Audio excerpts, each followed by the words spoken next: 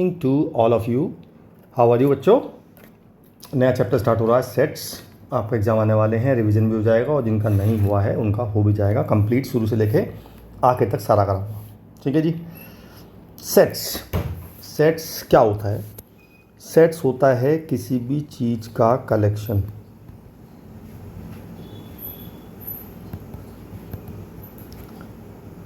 और हमेशा sets in curly bracket में आएगा। अगर कर्ली ब्रैकेट नहीं लगाओगे तो ये सेट नहीं माना जाएगा। दूसरा, ये जो कलेक्शन होता है ये कलेक्शन वेल डिफाइंड होना चाहिए, तब वो सेट माना जाएगा। अब ये क्या टर्म बना दी वेल डिफाइंड, ये तो समझ नहीं आ रही, मैं समझा रहा हूँ ना। वेल डिफाइंड का मतलब होता है कि अगर मैंने एक क्वेश्चन 100 लोगों से पूछा, अगर उसका जवाब सेम आएगा तो वेल डिफाइंड है, सेम नहीं आएगा तो वेल डिफाइंड नहीं है। सिंपल। जैसे मैंने पूछा लोगों से टॉप 5 बैट्समैन ऑफ इंडिया,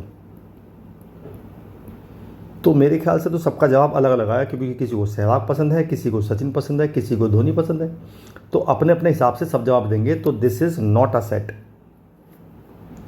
मैं बोलूँ आपसे beautiful girls of your class,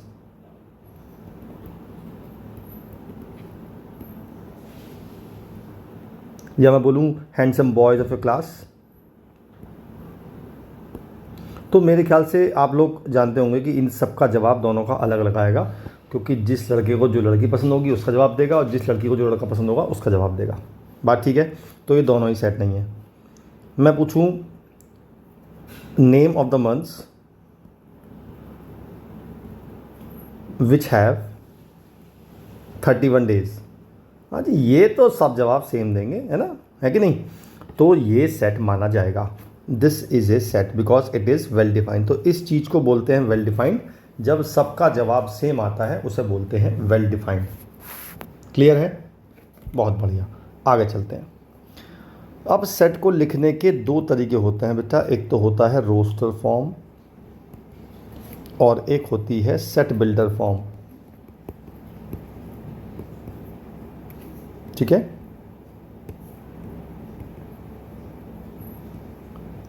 क्या मतलब होता है दोनों में? रोस्टर में हम डायरेक्ट वैल्यूज़ पुट करते हैं और इसमें हम डेफिनेशन लिखते हैं। जैसे मैं बोलूँ, एक सेट बोला मैंने 1 2 3 4 5, है ना, बोली। अब मैं अगर लिखूँ x such that x belongs to natural number and x is less than equal to 5, ये होता है सच दैट और ये होता है बिलोंग्स टू। बिलोंग्स टू का मतलब है जैसे कोई बच्चा है किसी क्लास में है तो that student belongs to that class. Natural number पता ही आपको क्या होता है, 1 से शुरू होते हैं। तो अगर मैं देखूँ ये चीज़ और ये चीज़ मैंने बिल्कुल सेम लिखी है कि नहीं? क्योंकि यहाँ भी मुझे 5 से छोटा या बराबर लेना है और नेचुरल नंबर है तो 1 2 3 4 5 ही आएगा। ठीक है? इसका मतलब दोनों चीज़ सेम है, बस फ़र्क इतना है कि जो ऊपर वाला है ये है रोस्टर फॉर्म और ये है सेट बिल्डर। तो क्वेश्चन आता है कि जी किसी सेट को रोस्टर से सेट बिल्डर में चेंज कर दो और सेट बिल्डर से रोस्टर में चेंज कर दो। चलिए जी कर देते हैं, एग्जांपल ले लो सीधा एक। चलो, मुझे सेट बिल्डर में चेंज करना है, ठीक है? इसमें दिमाग लगाना पड़ता है बस। देखो ये क्या है, 4 8 12 16 20, ये सब क्या है? देखो ना ध्यान से, ये हैं 4 के टेबल और 20 तक जा रहे हैं बस। तो मैं लिखूँगा एक सेट को, मैं लिखूँगा x such that x is equal to 4n, क्योंकि 4 का टेबल है इसलिए 4n। इसमें n क्या है? n एक नेचुरल नंबर है। नेचुरल नंबर क्यों लिया मैंने? क्योंकि n की वैल्यू पहली वैल्यू 1 है, क्योंकि यहाँ पे 4 है। दिस इज़ 4 × 1, है ना? तो n की पहली वैल्यू 1 है तो इसलिए n नेचुरल नंबर है। और कहाँ तक जा रहे हैं? 20 तक जा रहे हैं, यानी 4 5 या 20, यानी कि n less than equal to 5। ये मेरी बन गई पहले की रोस्टर फॉर्म, वो सेट बिल्डर फॉर्म। ठीक है? क्लियर? चलिए नेक्स्ट देखिए क्या है ये 2 3 5 7 11 ब्ला ब्ला ब्ला ब्ला। ध्यान देखो क्या चीज़ें हैं, ये सारे प्राइम नंबर्स हैं। तो आप लिखेंगे x such that x is a prime number. बस ऐसे भी लिख सकते हैं। ठीक है, आगे चलते हैं। BCDFGHK, ये सी कहाँ तक? अब देखो क्या चीज़ें हैं, क्या क्या आपको अंदर लग रहा है कितना है? गिनना था कितना है ये? 1 2 3 4 5 6 7 8 9 10 11 12 13 14 15 16 17 18 19 20 21 हैं यार। टोटल 26 होते हैं। 26 में 5 हटा दो, 5 क्या होते हैं? वॉवल्स। तो इसका मतलब क्या बचे? कॉन्सोनेंट्स। तो आप लिखेंगे x such that x is A consonants. ठीक है, अब सोचो ये क्या चीज़ है यार? ये तो कुछ भी नहीं है। ये तो हम ऐसा कर सकते हैं कि x मतलब इसको सीधा कर सकते हैं x such that x is equal to 1 और -1। कुछ है ही नहीं, मतलब कुछ लॉजिक नहीं है ना? तो ये होता है हमारा सेट बिल्डर से रोस्टर, रोस्टर से सेट बिल्डर। एक बार एग्जाम्पल लेते हैं सेट बिल्डर से रोस्टर। पहला है x is a letter of the word. चलो एक बात बता, नोट करो, सेट्स में रिपीटिशन अलाउड नहीं होता।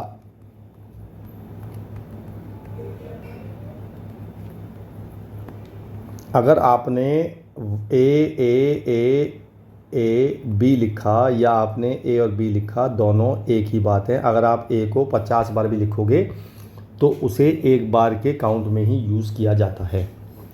तो पहला है letter of the word mathematics. अब मैथमेटिक्स में जो जो अल्फ़ाबेट हैं वो लिख दिए मैंने। M 2 बार है, एक बार लिखूंगा। A 2 बार है, T 2 बार है, H 1 बार है, E 1 बार है, I C S, बस ये आ गया आंसर। ठीक है, ऐसे ही अपना आप कर लोगे बी पार्ट। अब देखो क्या लिखा है, X is a 2 digit number such that the product of the digit is 12। मुझे ऐसे 2 डिजिट के नंबर निकालने हैं जिनके प्रोडक्ट का मतलब जिनके डिजिट का प्रोडक्ट 12 आ जाए। तो मैंने देखा 6 इंटू 2, 2 इंटू 6, 3 इंटू 4, 4 इंटू 3, बस और तो कुछ नहीं होता।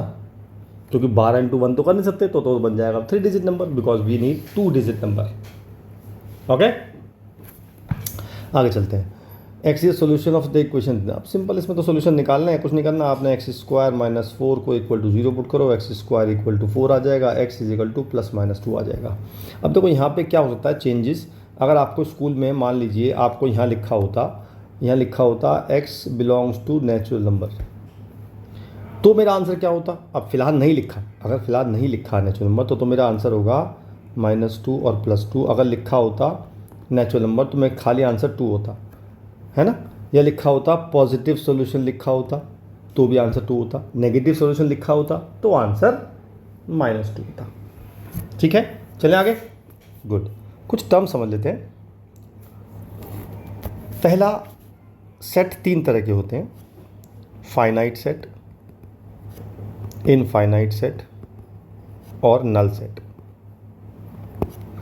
फाइनाइट सेट ऐसे सेट जिसके एलिमेंट्स को हम गिन सकते हैं।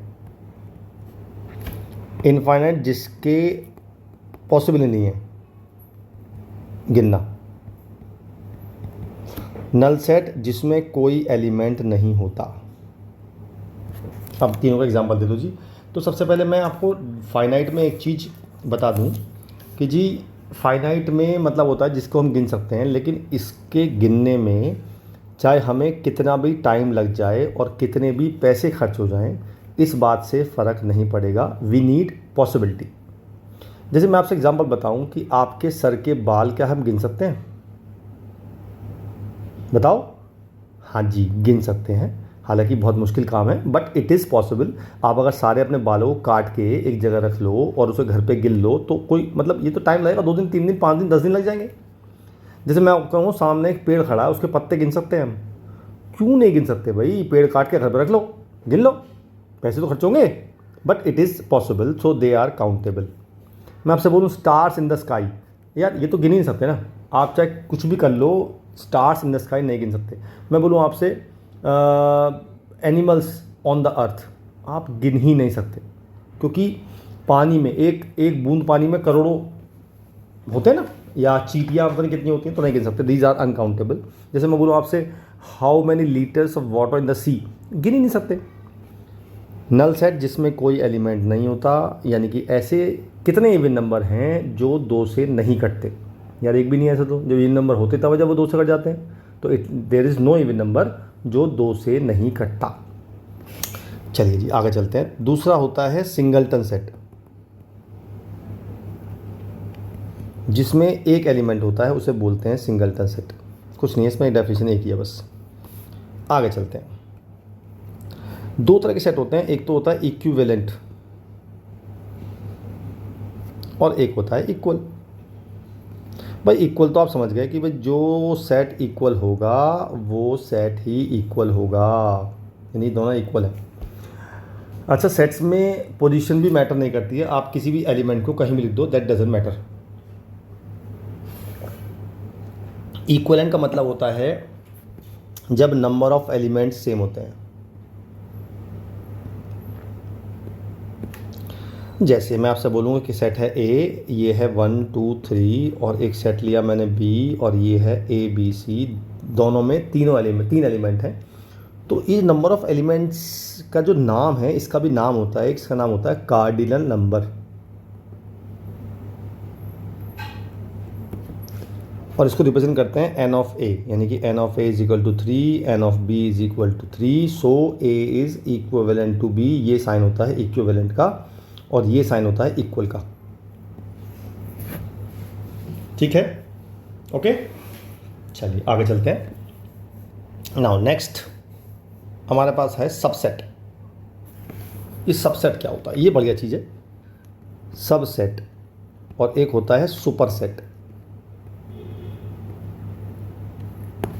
मैं बोलूँ आपसे, एक सेट लिया मैंने ए ले लिया मैंने 1 2 और बी ले लिया मैंने 1 2 3। तो आपने देखा कि यार ए के सारे एलिमेंट बी में हैं कि नहीं है, सोच के देखो, ए के सारे एलिमेंट बी में हैं या नहीं है। हाँ जी बिल्कुल हैं, इसलिए A is called subset of B. ये साइन होता है सबसेट का। और अगर ए सबसेट है बी का तो इम्प्लाइड है बी सुपरसेट ऑफ ए। जैसे मैं बोलूँगा ए छोटा भाई है बी का तो बी बड़ा भाई हो गया ए का, तो ऐसे ही साइन होता है सबसेट और सुपरसेट का, छोटा भाई बड़ा भाई। ठीक है, अगर ये छोटा भाई है तो ये इम्प्लाइड होगा कि ये बड़ा भाई होगा। अच्छा, एक साइन होता है सिर्फ ये वाला, इसे कहते हैं प्रॉपर सबसेट।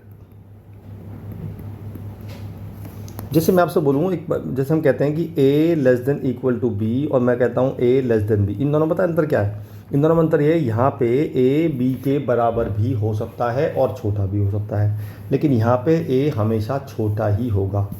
यही संबंध होता है, यही रिलेशन होता है इसमें, प्रॉपर सबसेट में और सबसेट में। सबसेट में ए बी के बराबर भी हो सकता है। अगर मैं यहाँ पे 3 लगा दूँ, so A is a subset of B but A is not a proper subset of B, क्योंकि वो बराबर है। अगर बराबर होगा तो उसे प्रॉपर सबसेट नहीं बोलते हैं। ठीक है, अच्छा जी, अब आती है बात नंबर ऑफ सबसेट्स की। अगर किसी एलिमेंट में नंबर ऑफ एलिमेंट्स के हैं तो उसके नंबर ऑफ सबसेट का फॉर्मूला होता है 2 की पावर k। मीन्स अगर मैं बोलूँ a है 1 2 3 तो इसके कितने बनेंगे 2 की पावर 3, यानी कि 8 सबसेट बनेंगे। भाई चलो बना लेते हैं 8 सबसेट। पहली बात, 5 इज़ ए यूनिवर्सल सबसेट, मतलब ये हर सेट का सबसेट होता है। अच्छा, 5 होता क्या है बताना भूल गया मैं आपको, जो मैंने नल सेट लिखवाया था आपको याद करो, नल सेट। ये जो नल सेट है इसका नाम होता है 5, और 5 में ब्रैकेट इंक्लूड होते हैं। 5 इज़ दिस। अगर आपने 5 को ऐसे लिखा, अब ये नल सेट नहीं है, अब एक सेट है ए जिसका एक एलिमेंट है 5। तो अगर सिंपल 5 लिखा है दैट इज नल सेट, अगर 5 एक ब्रैकेट के अंदर लिखा है so this is not a null set, this is an element. ठीक है, आगे चलते हैं। तो 5 हो गया एक, तो एक मैंने 1 ले लिया। देखो ये सेट है, ये सेट है, ये सेट सबसेट है इसका, ये भी है, ये भी है, ये भी है और ये भी है। ये दो कितने गिन लो, कितने हो गए? ये हो गए 1 2 3 4 5 6 7 8, 8 आ गए ना। और अगर मैं इस सारे सबसेट का एक सेट बना दूं, इसे बोलते हैं पावर सेट, PA। ठीक है, तो मैं बोलूँ आपसे यार, अगर n ऑफ a मेरा 6 है तो n ऑफ PA कितना होगा? यार सिंपल सी बात है, जो पी ए होता है उसमें सारे सेट सबसेट होते हैं, तो अगर हम इसके नंबर ऑफ सबसेट निकाल लें तो मेरा ये आ जाएगा, तो 2 की पावर 6 आ गया, 64 आंसर आ गया। क्लियर है? अच्छा, अब आप एक छोटा सा काम करो, मैं बोलूँ आपसे कि जी मेरे पास एक ए है 5 और मुझे पी ऑफ ए निकालना है। बड़ा इंपॉर्टेंट है, फिर मैं इसके बाद आपसे पूछूंगा पी ऑफ ए। बड़ा अच्छा है, बहुत ध्यान समझना, बहुत काम आएगा ये। देखिए, जो मेरा ए है वो 5 है। अब 5 के कितने सबसेट बन सकते हैं, क्योंकि 5 तो सबका एक सबसेट होता ही है और इसमें कोई भी एलिमेंट नहीं है, तो इसलिए केवल इसका एक सबसेट बनेगा। ये हो गया सबसेट ऑफ ए, तो इसका मतलब पी ए हो गया, मैंने इसमें ब्रैकेट लगा दिया, ये हो गया पी ए। अब देखो पी ए को अगर मैं बी मान लो तो बी में कितने एलिमेंट हैं, एक एलिमेंट है, तो ये सबसेट बनेंगे 2 की पावर 1 2 बनेंगे। तो एक तो 5 सबका होता ही है, एक बार मैंने इसको ले लिया, तो ये बन गया टोटल सबसेट्स ऑफ बी यानी पी ए, तो ये बन गया पी ऑफ ए। अब मैं आपसे बोलूँ इसे सी मान लूँ अगर मैं, और मुझे निकालना हो पी ऑफ पी ए, इसका मतलब मुझे इसके सारे सबसेट निकालने हैं। इसमें 2 एलिमेंट हैं, अब 2 हैं तो 2 की पावर 2, 4 सबसेट तो बनेंगे ही। तो मैंने 4 सबसेट बना लिए। तो पहला तो 5 बन गया, फिर एक बार 5 में अंदर एक ब्रैकेट आ गया, फिर एक बार इसको एक ब्रैकेट में डाल दिया और एक बार इस पूरे को ले लिया, तो ये हो गए 4 और ये बन गया पावर सेट। ठीक है? क्लियर है? बड़ा इंपॉर्टेंट, दोबारा समझना चाहते हो एक बार दोबारा देखना इस चीज़ को। अच्छा, मैं बोलूँ आपसे अगर ए 5 है तो एन ऑफ ए कितना है, 0। मैं बोलूँ एन ऑफ पी ऑफ ए कितना है, 2 की पावर 0 यानी कि 1। मैं बोलूँ एन ऑफ पी ऑफ ए कितना है, अब एन ऑफ पी ए 1 है तो 2 की पावर 1 2 आ जाएगा। मैं पूछूँ n of p of p a, तो इसमें 2 एलिमेंट हैं तो 2 की पावर 2 4 आ गया। तो यही सिस्टम आया ना, पी ऑफ ए में एक एलिमेंट होना चाहिए, पी ऑफ ए ये रहा एक एलिमेंट है, पी ऑफ ए में 2 एलिमेंट होने चाहिए, हाँ जी 2 एलिमेंट हैं, एक 2 रहा, और पी ऑफ ए में 4 एलिमेंट होने चाहिए, तो ये 4 एलिमेंट है। ठीक है जी, ये तो था पावर सेट का। अब एक बात बताता हूँ मैं आपको, अगर मैं आपसे बोलूँ कि एक साइन है ये और एक साइन है ये साइन बताया था मैंने आपको बिलोंग्स टू का, और ये बताऊंगा सबसेट का। अब इसमें अंतर समझ लो क्या होता है, बहुत इंपॉर्टेंट चीज़ है। मैं आपसे बोलूँ एक सेट है ए 1 2 3, मैं बोलूँ आपसे 1 बिलोंग्स टू, ये सेट ए है तो 1 बिलोंग्स टू ए, ये ठीक है, बिलोंग बन करता है। मैं बोलूँ 1 इज़ ए सबसेट ऑफ ए, ये गलत है, क्योंकि 1 तो एक एलिमेंट है, एलिमेंट सबसेट नहीं हो सकता because it is an element, और ये साइन है सबसेट का। तो सबसेट के तरफ इस तरफ तो एलिमेंट होना चाहिए, इस तरफ सेट होना चाहिए, इसमें इस तरफ भी सेट होना चाहिए और इस तरफ भी सेट होना चाहिए, और इस सेट के सारे एलिमेंट इस सेट में होने चाहिए। ठीक है? अब इस पर क्वेश्चन लेते हैं एक बढ़िया सा। हमारे पास एक सेट है ए है मेरे पास 1 2 3 4 और 5। अब देखो बहुत ध्यान सुनना, मैं बोलूँ आपसे कितने एलिमेंट है ए में, तो आप कहोगे जी 4 एलिमेंट हैं, 1 2 3 4। ये पूरा एक एलिमेंट माना जाएगा, इसका मतलब सेट नहीं है, क्योंकि ये इस ए का एलिमेंट है तो ये set, this is a set, but for this set, for the set A this is an element. तो अगर मैं बोलूँ आपसे 3 4 सबसेट है ए का, तो मैं गलत बोलूँगा, क्योंकि ये तो एलिमेंट है भाई, तो एलिमेंट में तो बिलोंग्स टू आना चाहिए, तो यहाँ पे आएगा बिलोंग्स टू, क्योंकि यहाँ पे एक ब्रैकेट लग रहा है। अब देखो 1 एक एलिमेंट है इसका, तो अगर मैं बोलूँ 1 बिलोंग्स टू ए ठीक बोलूँगा, पर 1 में अगर ब्रैकेट लगा दूंगा तो सबसेट बन जाएगा, तो यहाँ बन जाएगा सबसेट। 3 ना, 3 तो इसमें है ही नहीं, क्योंकि 3 तो एक एलिमेंट 3 4 कंबाइंड विद इंक्लूडिंग। देखो मैं आपसे बोलूँ 3 4 बिलोंग्स टू ए, ये गलत लिखा है मैंने, क्योंकि 3 4 है तो सही इसमें, but including bracket, this whole is an element. आप इसको अलग अलग कर ही नहीं सकते, ठीक है, बात समझ में आई? अच्छा जी, अब मैं बोलूँ आपसे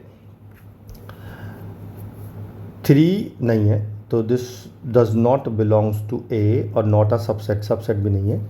अब देखो 3 4 में उन्होंने 2 ब्रैकेट लगा रखे हैं, अब ये सबसेट बन गया, तो नाउ दिस इज सबसेट। अब 1 3 1 तो है पर 3 तो है ही नहीं इसमें, तो नॉट ए सबसेट।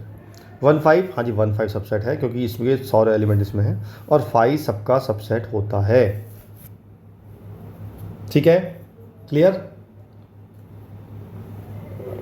अच्छा मैं बोलूँ आपसे 1 3 4 5 बिलोंग सबसेट ऑफ ए, गलत होगा ना, क्योंकि 3 4 बताया मैंने, 3 4 में यहाँ पे आएगा, अब सही होगा। ठीक है, क्लियर? आगे चलते हैं। लिखा है 2 फाइनाइट सेट हैविंग m और k elements, the ratio of the cardinal number of power set of a is the ratio 64:1 और n of a plus n of b is equal to 12। चलिए जी, तो मैंने मान लिया कि m plus k is equal to 12 है। अब नंबर ऑफ सबसेट लिख दो, देखा है ratio of the cardinal number of subset of a यानी कि पावर सेट ऑफ a, यानी कि n of pa upon n of pb is equal to 64:1। ये होता है 2 की पावर m, ये होता है 2 की power k is equal to, इसे दे सकते हैं 2 की पावर 6 अपॉन 1, 2 की पावर 0। ठीक है, तो इसका मतलब m और k का जो रेशियो आ गया वो आ गया 6:0। ठीक, बात समझ में आती है? पर हमें 0 तो ले नहीं सकते हम, क्योंकि मुझे तो लाना है इन दोनों का सम 12 होना चाहिए, है कि नहीं? लेकिन यहाँ तो 6 0 हो रहा है ना, तो अब 6:0 है और सम 12 चाहिए, तो इसका मतलब ये हो गया 12 और 0, यानी कि m की वैल्यू आ गई 12 और n की वैल्यू आ गई 0। इसका मतलब a में 12 एलिमेंट हैं और b में 0 एलिमेंट है, यानी कि b जो है मेरा वो 5 है। ठीक है, या हम आप अगर वैसे समझो वैसे भी कर सकते हैं हम, कि हम इसे डायरेक्ट ना लिखें, हमारे पास m और n की रेशो आ गई ना, m और k की, तो हम m को मान सकते हैं 6p और k को 0p, तो 6p plus 0p is equal to 12, p की वैल्यू 2 आ गई, यहाँ पुट कर दी तो ये 12 आ गया, ये 0 आ गया, अब भी आ गया। ठीक है जी, अगला लेते हैं। लिखा है 2 फाइनेंशियल m और k एलिमेंट्स, यानी कि चलो m और k एलिमेंट्स हो गए, the total number of subset of first set is इतने more than the total number of subset of second set, यानी कि वो कहता है 2 की पावर m जो है वो 2 की पावर k प्लस 56 है। ऐसा कह रहा है हमसे कि पहले के जो सबसेट पावर सेट है, number of elements of power sets, यानी कि total number of subsets are 56 more than the total number of subset of second set. तो ऐसे क्वेश्चन में क्या करना है भाई, देखो एक ही इक्वेशन है और 2 वेरिएबल, तो मैं एथिकली तो नहीं निकाल सकता, लेकिन हाँ निकालना तो पड़ेगा। तो मैंने क्या किया, मैंने इससे बड़ा नंबर ढूंढा जो 2 की पावर में आता हो, 2 4 8 16 32 64 आता है, इससे छोटा इससे बड़ा, तो मैंने इसको लिख सकता हूँ 64 माइनस 8, क्योंकि वो 56 होता है। अगर मैं 64 को 2 की पावर 6 लिख दूँ, 8 को 2 की पावर 3 लिख दूँ और उसको इससे कंपेयर कर दूँ, तो बस m की वैल्यू 6 आ गई, k की वैल्यू 3 आ गई, बस इसका यही तरीका है एक। ठीक है, जब भी ऐसा क्वेश्चन आएगा तो आपको देखना है इससे बड़ा 2 की पावर में क्या आता है। ठीक है, नेक्स्ट। अब आती है बात इंटरवल की। ये आसान होता चीज़, देखो ये इंटरवल लिया मैंने, यहाँ पे ना तो यहाँ पे इक्वल टू है और ना यहाँ पे इक्वल टू है, तो जब इक्वल टू नहीं आता है तो आते हैं ओपन ब्रैकेट, यानी कि ओपन ब्रैकेट लगाना 2 तरीके होते हैं, या तो मैं लिख दूँ इसे ऐसे -5 -1, ये भी ओपन ब्रैकेट है, और किसी किताब में ऐसे भी लिखा हुआ है, ये भी ओपन ब्रैकेट है, दोनों एक ही बात है। तो जब इक्वल टू नहीं आएगा तो हम ओपन ब्रैकेट लगाएंगे, और जब इक्वल टू आएगा, देखो जैसे यहाँ पे है, यहाँ लेते हैं, यहाँ लिखा है x less than equal to 5, यानी कि 5 से छोटा है, तो यहाँ पे इक्वल टू है, तो यहाँ आएगा क्लोज ब्रैकेट, ये होता है क्लोज ब्रैकेट। और जब कुछ ना दिया हो छोटा, तो इन लेते हैं -∞, क्योंकि इससे छोटा तो हो ही नहीं सकता, है ना। अच्छा, अगर दोनों में इक्वल टू आएगा, यानी कि x लिखा है greater than equal to 2 less than equal to 7, तो दोनों पे क्लोज आ जाएगा। अगर लिखा होता 2 less than x less than equal to 7, तो इस पे आता क्लोज और इस पे आता ओपन। ठीक है, ये आसान है। अच्छा, इस बार उल्टा करना है। इस बार हमें सेट बिल्डर फॉर्म बनानी है, जैसे ये फॉर्म बनी हुई है ना, जैसे ये फॉर्म बनी हुई है ऐसी बनानी है।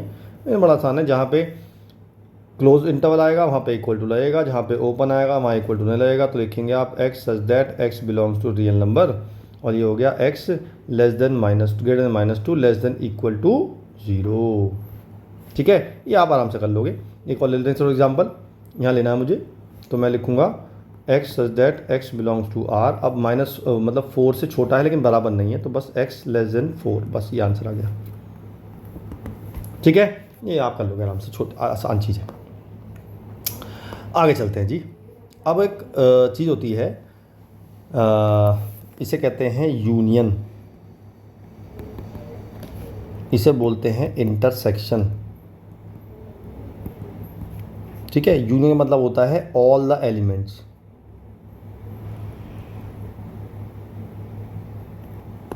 और इसका मतलब होता है कॉमन एलिमेंट्स। जैसे मेरे पास ए है और बी है और मुझे निकालना है ए यूनियन बी, तो मैं सिंपल दोनों के एलिमेंट्स लूँगा सारे, पर जो कॉमन है वो एक बार लिखूँगा।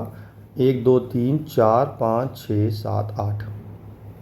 ठीक है, ये हो गया यूनियन। अगले में है ए इंटरसेक्शन बी, मुझे कॉमन निकालना है। तो कॉमन कौन कौन से हैं जी? कॉमन एक तो 2 है, एक 3 है, बस 2 ही कॉमन है। तो ये हो गया 2 3 मेरा हो गया इंटरसेक्शन। ठीक है, अब बात करते हैं माइनस की। यार माइनस का फॉर्मूला होता है, अगर मुझे ए माइनस बी निकालना है तो मैं क्या करूँगा, जो पहला एलिमेंट लिखा है उसमें से इन दोनों को इंटरसेक्शन को माइनस कर दूंगा। इतना करना है बस आपने, मतलब first minus intersection of both. अब ए मेरा पता है 1 2 3 4 5 6, इंटरसेक्शन निकाल चुका 2 3, यानी कि 1 2 3 4 5 6 और -2 3, बस माइनस कर दो तो क्या बचा 1 4 5 6। ठीक है, ऐसे ही आप बी माइनस से निकाल सकते हैं। बी माइनस निकालेंगे तो बी में से बी इंटरसेक्शन ए को माइनस करेंगे।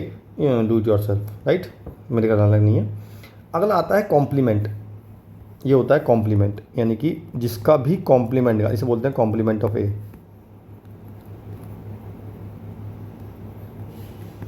तो आपको जिसका भी कॉम्प्लीमेंट निकालना है उसको आपको u में से माइनस कर देना है, तो वो कॉम्प्लीमेंट आ जाएगा। u क्या होता है?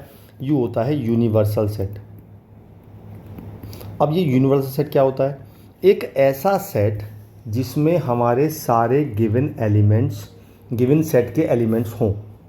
जैसे एग्जांपल लूँ मैं बोलूँ आपसे, आपका सेक्शन है 11th A, एक का सेक्शन है 11th B, एक का सेक्शन है 11th C।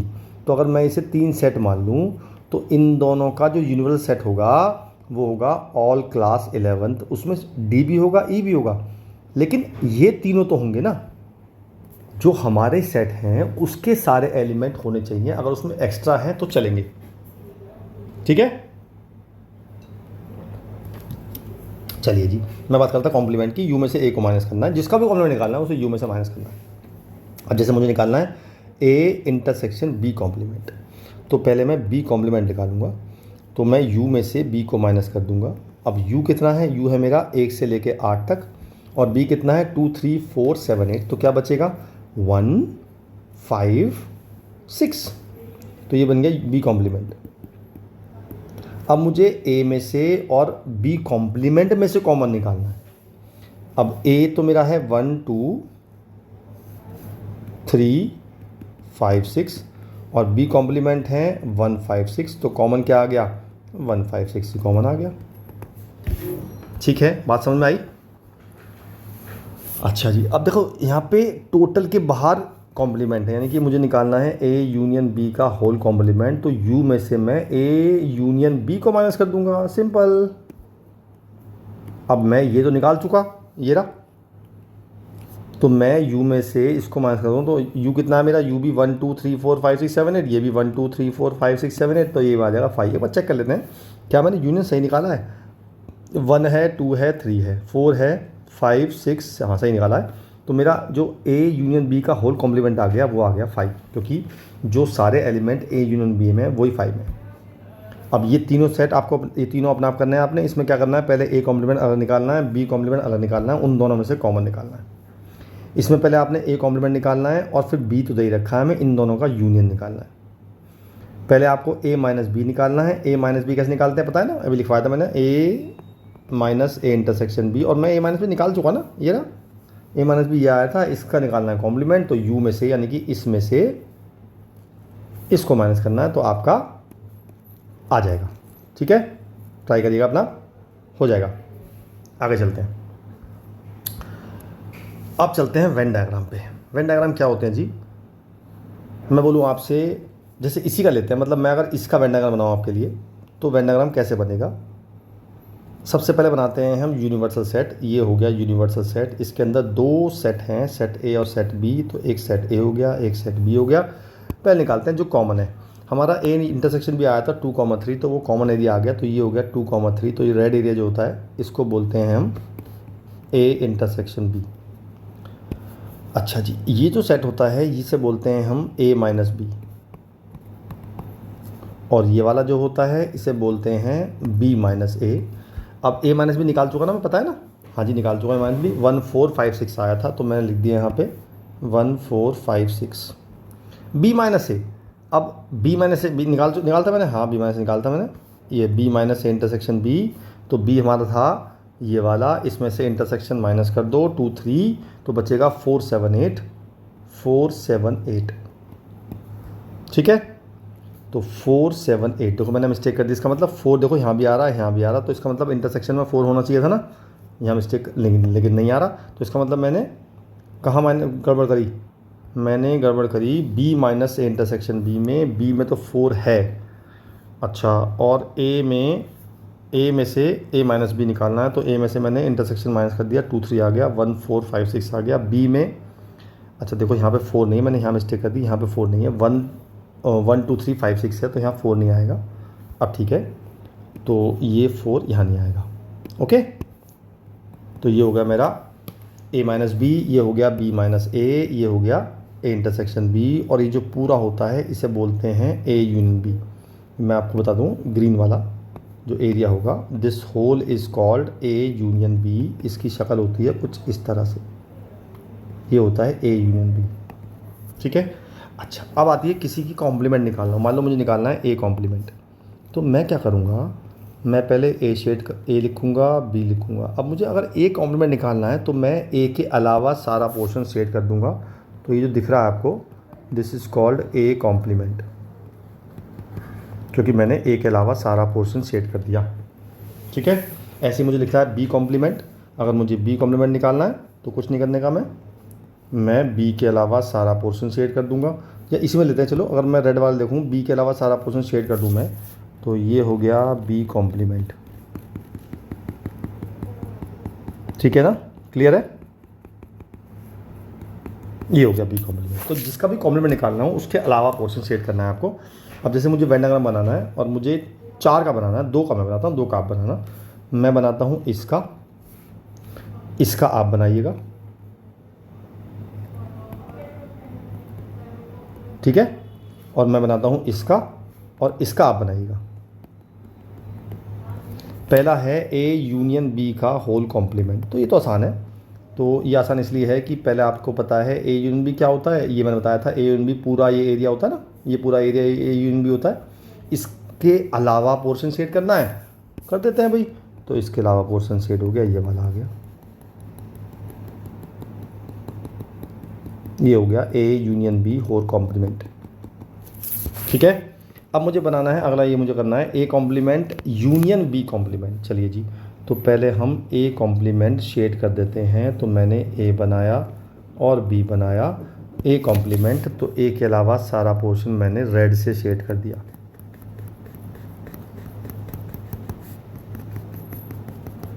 अब बनाते हैं बी कॉम्प्लीमेंट। तो मैंने बी कॉम्प्लीमेंट, बी के अलावा सारा पोर्शन मैंने ब्लैक से शेड कर दिया।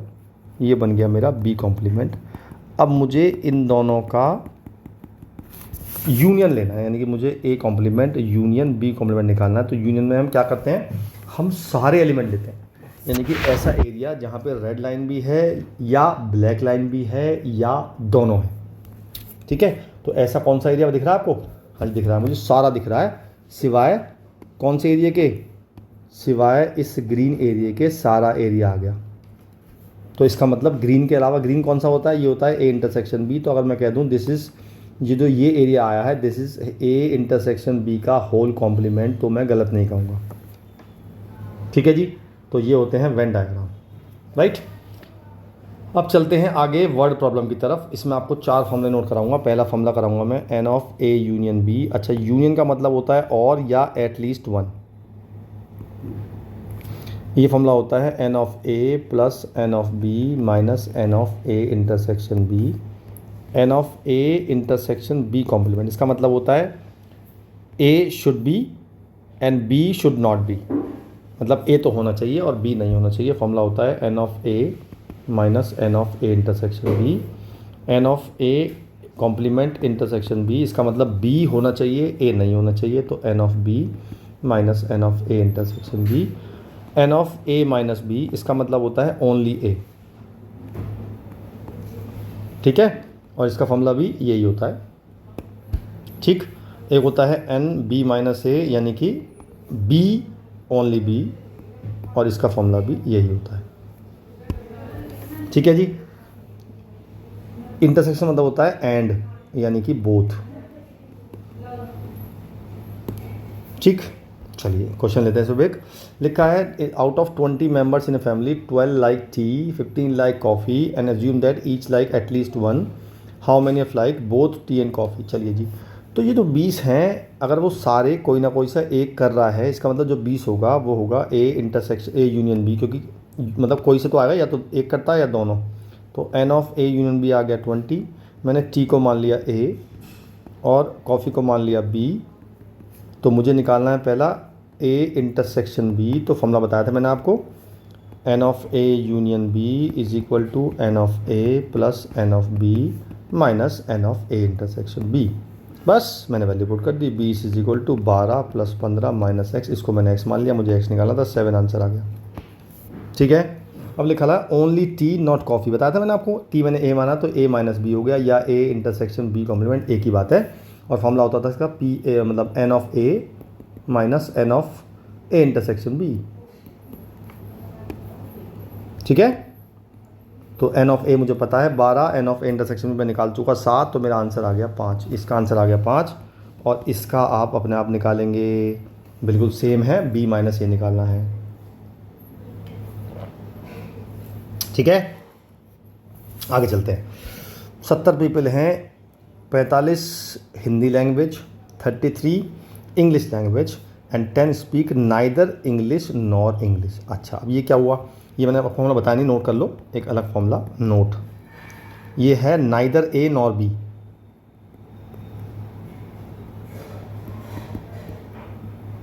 इसका मतलब होता है N of a complement intersection B complement, ना तो ए हो और ना बी हो। इसका फॉर्मूला होता है यूनिवर्सल सेट माइनस, मतलब n of universal set minus N of A union b, ठीक है। तो हमें देखो क्या दिया हुआ है, पहले तो एन ऑफ ए दिया हुआ है 45, मैंने हिंदी को मान लिया ए, इंग्लिश को मान लिया मैंने बी, और मुझे दिया हुआ है N of universal set minus N of A union b, ये दिया हुआ है मुझे 10, क्योंकि नाइदर ए नॉर बी दिया हुआ है। अच्छा, एन ऑफ यू मुझे दिया हुआ है, ये 70 है, तो एन ऑफ यू हो गया 70, तो मैंने 70 वैल्यू यहाँ पुट कर दी, तो मेरा N of A union B आ जाएगा 60। अब मुझे क्या निकालना है, मुझे निकालना है स्पीक बोथ, बोथ का मतलब होता है इंटरसेक्शन।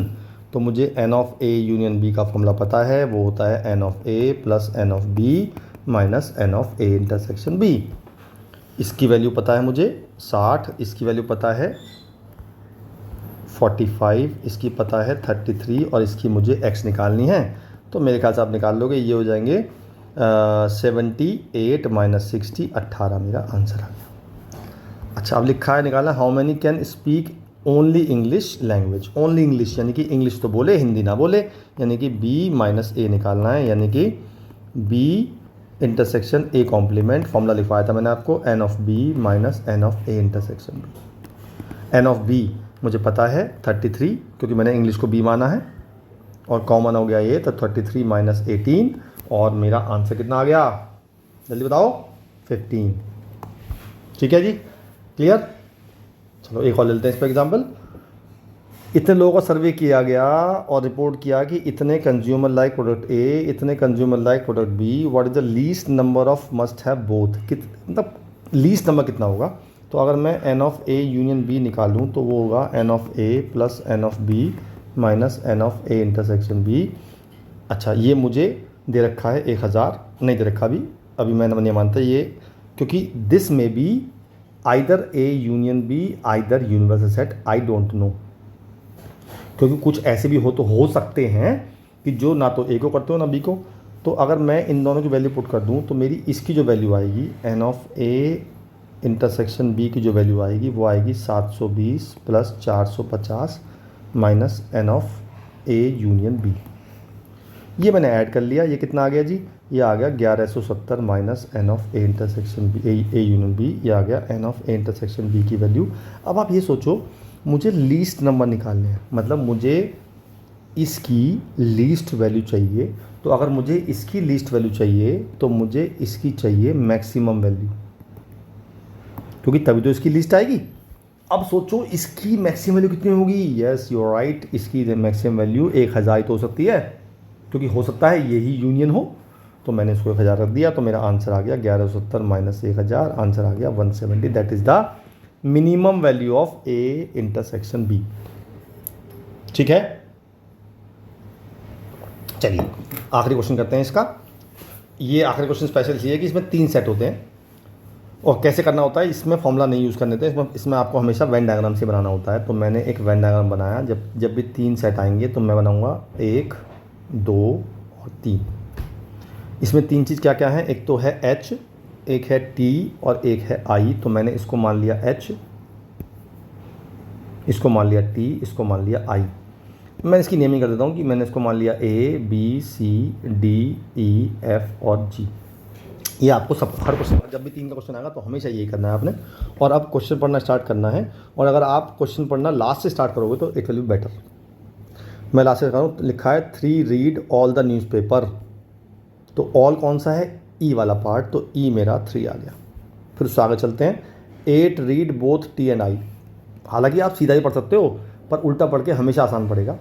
टी एंड आई, अब टी ये रहा, आई ये रहा, तो इनका जो कॉमन है टी एंड आई, यहाँ बच्चे गलती करते हैं, वो सी भी ले लेते हैं, जी भी ले लेते हैं। सी और जी नहीं आएंगे, केवल ई और एफ आएंगे। तो E plus F is equal to आ गया 8। फिर लिखा है 8 read both T and H. को बताओ, गैस करो कौन सा है। यस, बी प्लस ई, ये आ गया 11। 9 read H and I, gas करो, डी प्लस ई, वेरी गुड, ये आ गया 9। फिर लिखा है 26 आई। अब ये आई कौन से हुए, आई ये सारे हुए चारों, ये पूरा आई है। तो D plus E plus F plus G is equal to आ गया कितना दे रखा, 26। इसी तरह से मैंने 26 T मान लिया, T हो जाएगा B plus C plus E plus F 26। और आखिरी है 25A है, तो 25A है तो A plus B plus D plus E is equal to 25। ये मेरी सारी क्वेश्चन कंप्लीट हो गई। अब मैं सारी वैल्यू निकालूंगा। जैसे मैंने E की वैल्यू यहाँ पुट कर दी, यहाँ पुट कर दी, यहाँ पुट कर दी, तो मेरी F की वैल्यू आ गई 5, B की वैल्यू आ गई 8 और D की वैल्यू आ गई 6। अब मैंने E वैल्यू पुट कर दी, E की, F की और D की, तो मेरी G की वैल्यू आ जाएगी। G की वैल्यू आएगी 26 माइनस E की है 3, 3 और 6 9, 9, 9 और 5 14, तो ये आ जाएगा मेरा 12। इसी तरह मैं पुट करूँगा यहाँ पे B की, E की और F की वैल्यू, तो C की निकाल लूँगा। C की वैल्यू मेरी आ जाएगी 26 माइनस, B है मेरा 8, E है मेरा 3 और F है मेरा 5। तो 8 3 11, 11 और 5 16, तो ये 10 आ गई। इसी तरह यहाँ से निकल जाएगी A की वैल्यू, A की वैल्यू आ जाएगी 25 माइनस, B की वैल्यू है 8, D की वैल्यू है 6 और E की 3, 8 से 14 3 17, ये आ गई 8। मेरी सारी वैल्यू आ गई। जब सारी वैल्यू आ जाएंगे फिर आप क्वेश्चन पढ़ना स्टार्ट करेंगे। पहले लिखा है number of people who read at least 1। अब एटलीस्ट का मतलब होता है जो कोई ना कोई अखबार पढ़ता है, तो आपने ये सारे ऐड कर देने हैं, A B C D E F G, तो आपका पहले पार्ट का आंसर आ जाएगा। तो फर्स्ट पार्ट में आएगा A plus B plus C plus D plus E plus F plus G। ये निकाल लेंगे आप, मुझे निकालने की ज़रूरत नहीं है। तो ये मेरा पहले पार्ट का आंसर आ जाएगा।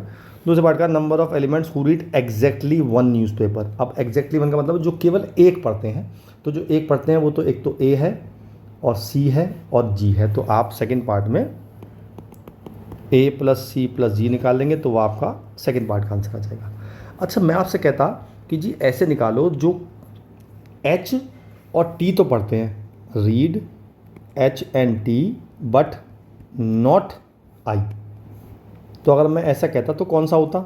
एच और टी तो पढ़ते हैं लेकिन आई नहीं पढ़ते। बताओ, गैस करो कौन सा होता? Yes, you got gas is right, तो ये होता केवल बी। एच भी पढ़ता है, टी भी पढ़ता है, लेकिन आई नहीं पढ़ता। ठीक है, तो 3 वाले क्वेश्चन आएंगे तो हमेशा आप ऐसे ही करेंगे, पहले एक क्वेश्चन बनाएंगे, फिर सारी वैल्यू निकाल लेंगे और फिर इसे जो जो पूछ रहा है वो बता देंगे। ठीक है जी, तो ये आपका पूरा सेट चैप्टर खत्म हो गया एक ही वीडियो में। तो आपको रिवीजन करना है तो रिवीजन आप कर सकते हो उसका।